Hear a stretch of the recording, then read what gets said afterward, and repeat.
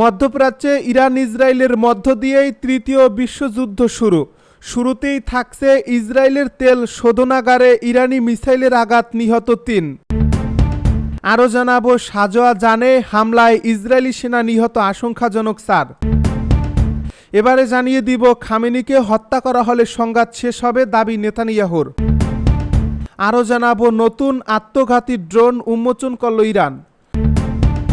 সর্বশেষ জানিয়ে দিব, ইরান ইসরায়েলের মধ্যে যুদ্ধবিরতির প্রস্তাব দিয়েছেন ট্রাম্প, দাবি ম্যাক্রোর। এতক্ষণ শুনছিলেন আপডেট আন্তর্জাতিক সংবাদের শিরোনাম, এবারে বিস্তারিত। তবে তার আগে অনুরোধ রইল, ভিডিওটিতে একটি লাইক এবং কমেন্ট করে জানিয়ে দিন ভিডিও সম্পর্কে আপনার মূল্যবান মতামত। আরও জানিয়ে দিন ভিডিওটি কোথা থেকে দেখছেন বা কোন জেলা থেকে দেখছেন। ইসরায়েলের তেল শোধনাগারে ইরানি মিসাইলের আঘাত, নিহত ৩। ইরানি হামলায় হাইফার বাজান তেল শোধনাগারে ভয়াবহ ক্ষতি হয়েছে। ইসরায়েলের এই তেল শোধনাগার প্রতিষ্ঠান বাজান গ্রুপ জানিয়েছে, ইরানের ক্ষেপণাস্ত্র হামলায় তাদের একটি বিদ্যুৎ ও স্টিম উৎপাদনকারী পাওয়ার স্টেশন গুরুতরভাবে ক্ষতিগ্রস্ত হয়েছে, যার ফলে প্রতিষ্ঠানটির সব রিফাইনারি স্থাপনা বন্ধ করে দেওয়া হয়েছে। গতকাল সোমবার বাজান গ্রুপ জানায়, হাইফা উপসাগরে অবস্থিত তাদের তেল শোধনাগারে ইরানি হামলায় ৩ জন কর্মচারী নিহত হয়েছেন। এ হামলার পর প্রতিষ্ঠানটির সব কার্যক্রম সম্পূর্ণভাবে বন্ধ করে দেওয়া হয়েছে। রাতে চালানো ইরানি ক্ষেপণাস্ত্র হামলায় এই ৩ কর্মীর মৃত্যু হয় বলে জানানো হয়েছে। এই হামলার ফলে পাওয়ার স্টেশনটি এতটাই ক্ষতিগ্রস্ত হয়েছে যে বিদ্যুৎ ও স্টিম উৎপাদন সম্ভব হচ্ছে না, যা রিফাইনারি পরিচালনায় অত্যাবশ্যকীয়। বাজান গ্রুপের পক্ষ থেকে আরও বলা হয়, এই হামলার কারণে শুধু প্রাতিষ্ঠানিক ক্ষয়ক্ষতিই নয়, বরং আমরা মূল্যবান প্রাণ হারিয়েছি। এটি আমাদের জন্য গভীর শোকের সময়। তারা জানিয়েছে, ইসরায়েল ইলেকট্রনিক কোম্পানির সঙ্গে সমন্বয় করে দ্রুত বিদ্যুৎ সরবরাহ পুনরায় চালু করার চেষ্টা চালাচ্ছে। এই স্থাপনার কাছে অবস্থিত বৃহৎ তেল ট্যাঙ্ক এবং উচ্চমাত্রার দূষণের কারণে দীর্ঘদিন ধরেই স্থানীয় বাসিন্দা ও পরিবেশবাদীরা রিফাইনারিটি অন্যত্র সরিয়ে নেওয়ার দাবি জানিয়ে আসছিলেন। 2022 সালে ইসরায়েল সরকার ঘোষণা দিয়েছিল, 2030 সালের মধ্যে বাজান রিফাইনারি হাইফা উপসাগর এলাকা থেকে সরিয়ে নেওয়া হবে। সেই পরিকল্পনার অংশ হিসেবে এ বছরই বড় তেল ট্যাঙ্ক অপসারণের কাজ শুরু হওয়ার কথা ছিল। এই হামলার পর নতুন করে নিরাপত্তা ও পরিবেশগত ঝুঁকি নিয়ে উদ্বেগ ছড়িয়ে পড়ছে স্থানীয় ও আন্তর্জাতিক মহলে। উল্লেখ্য, ইসরায়েল ও ইরানের মধ্যে চলমান টানাপোড়েনের মধ্যেই এই হামলার ঘটনা ঘটল, যা পুরো মধ্যপ্রাচ্য জুড়ে উত্তেজনা আরও বাড়িয়ে তুলছে। সাজোয়া জানে হামলায় ইসরায়েলি সেনা নিহত, আশঙ্কাজনক ৪। দক্ষিণ গাজা উপত্যকায় প্রতিরোধের মুখে পড়েছে ইসরায়েলি সেনারা। এতে ১ জন নিহত এবং ১০ জন আহত হয়েছেন। এদের মধ্যে ৪ জনের অবস্থা গুরুতর। খবর দ্য টাইমস অফ ইসরায়েলের। সামরিক বাহিনী আইডিএফ জানায়, গাজা উপত্যকায় যুদ্ধের সময় তাদের সেনারা আক্রান্ত হয়। নিহত সৈনিকের নাম স্টাফ সার্জেন্ট নাবে লেশেম, বয়স ২০, পশ্চিম তীরের নোকদিম বসতি থেকে আসা। নাভে লেশেম গোলানি ব্রিগেডের ১২তম ব্যাটালিয়নের সদস্য। আইডিএফের প্রাথমিক তদন্ত অনুসারে খান ইউনিসে অভিযানের সময় লেশেম এবং অন্যান্য আহত সৈনিকেরা একটি সাজোয়া সেনাবাহিনী গাড়িতে ছিলেন। হঠাৎ একজন সন্ত্রাসী গাড়ির বাইরে বিস্ফোরক ডিভাইস স্থাপন করে। সেনারা কি করবেন তা বুঝে ওঠার আগেই সেটি বিস্ফোরিত হয়। এ বিস্ফোরণে লেশেম নিহত এবং বাকিরা আহত হন। তাদের মধ্যে একজন অফিসার সহ ৪ জন সৈনিকের অবস্থা আশঙ্কা। খামেনিকে হত্যা করা হলে সংঘাত শেষ হবে, দাবি নেতানিয়াহুর।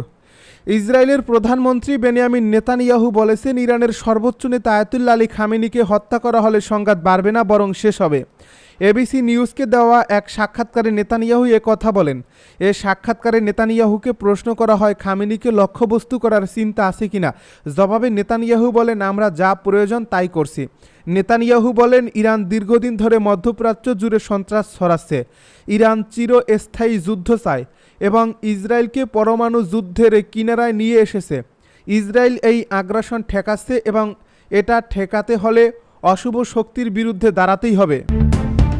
নতুন আত্মঘাতী ড্রোন উন্মোচন করল ইরান। ইরানের ইসলামী বিপ্লবী গার্ড বাহিনীর অ্যারোস্পেসের ফোর্স তাদের নতুন আত্মঘাতী ড্রোন শাহেদ 107 উন্মোচন করছে। সোমবার নতুন এই ড্রোনটি প্রকাশ্যে আনা হয়। খবর তাসনিম নিউজের। এ খবরে বলা হয়, এই ড্রোনটিকে শত্রু লক্ষ্যবস্তুর বিরুদ্ধে আত্মঘাতী অভিযানে ব্যবহারের জন্য ডিজাইন করা হয়েছে। ড্রোনটির প্রকাশিত ছবিতে দেখা যায় এটি একটি পিস্টন ইঞ্জিন দ্বারা চালিত, যা একে 1500 কিলোমিটারের বেশি দূরত্বে উড়ে যাওয়ার সক্ষমতা প্রদান করে। সম্প্রতি প্রকাশিত কিছু ছবিতে দেখা যায় একটি ইরানি ড্রোন যা শাহেদ 107-এর মতো দেখতে, সেটি ইসরায়েলি অধিকৃত অঞ্চলের উপর দিয়ে অ্যারো 3 আকাশ প্রতিরক্ষা ক্ষেপণাস্ত্র ব্যবস্থার কাছে পৌঁছে গেছে। তাই এটি প্রমাণ করে যে নতুন ইরানি ড্রোনটি ইসরায়েলের বহু স্তর বিশিষ্ট প্রতিরক্ষা ব্যবস্থার ভেতরে ঢুকে পড়তে সক্ষম হবে। বিশেষজ্ঞরা মনে করছেন যদি শাহেদ 107 ড্রোন দলগতভাবে ব্যবহার করা হয় তবে তা ইসরায়েলি প্রতিরক্ষা ব্যবস্থার উপর মারাত্মক প্রভাব ফেলতে পারে। ইরান ইসরায়েলের মধ্যে যুদ্ধবিরতির প্রস্তাব দিয়েছে ট্রাম্প, জানালো ম্যাক্রো। ফ্রান্সের প্রেসিডেন্ট ইমানুয়েল ম্যাক্রো জানিয়েছেন যুক্তরাষ্ট্রের প্রেসিডেন্ট ডোনাল্ড ট্রাম্প ইসরায়েল ও ইরানের মধ্যে একটি যুদ্ধবিরতির প্রস্তাব দিয়েছেন। কানাডার কানানশকিসে অনুষ্ঠিত G7 সম্মেলনে সোমবার সাংবাদিকদের সঙ্গে আলাপকালে ম্যাক্রো বলেন, একটি প্রস্তাব দেওয়া হয়েছে বিশেষ করে যুদ্ধবিরতির জন্য এবং আরও বিস্তৃত আলোচনার সূচনা করার জন্য। তিনি আরও বলেন, যদি যুক্তরাষ্ট্র এই যুদ্ধবিরতি নিশ্চিত করতে পারে তাহলে এটি অত্যন্ত ইতিবাচক একটি পদক্ষেপ হবে এবং ফ্রান্স সেটিকে সমর্থন জানাবে। আমরা সেটাই কামনা করি। ফরাসি ভাষায় বক্তব্য রাখতে গিয়ে ম্যাক্রো জোর দিয়ে বলেন, উভয় পক্ষের তরফ থেকে জ্বালানি, প্রশাসনিক ও সাংস্কৃতিক অবকাঠামো এবং সর্বোপরি সাধারণ জনগণের উপর হামলা বন্ধ করা অত্যাবশ্যক। এ ধরনের হামলার কোনো যৌক্তিকতা নেই। এদিকে আজ মঙ্গলবার ভোরেও ইরানের রাজধানী তেহরানে বিস্ফোরণের শব্দ শোনা গেছে বলে রাষ্ট্রীয় গণমাধ্যম ইরিনা জানিয়েছে। ইসরায়েল বিজয় অর্জনের পথে, দাবি নেতানিয়াহুর।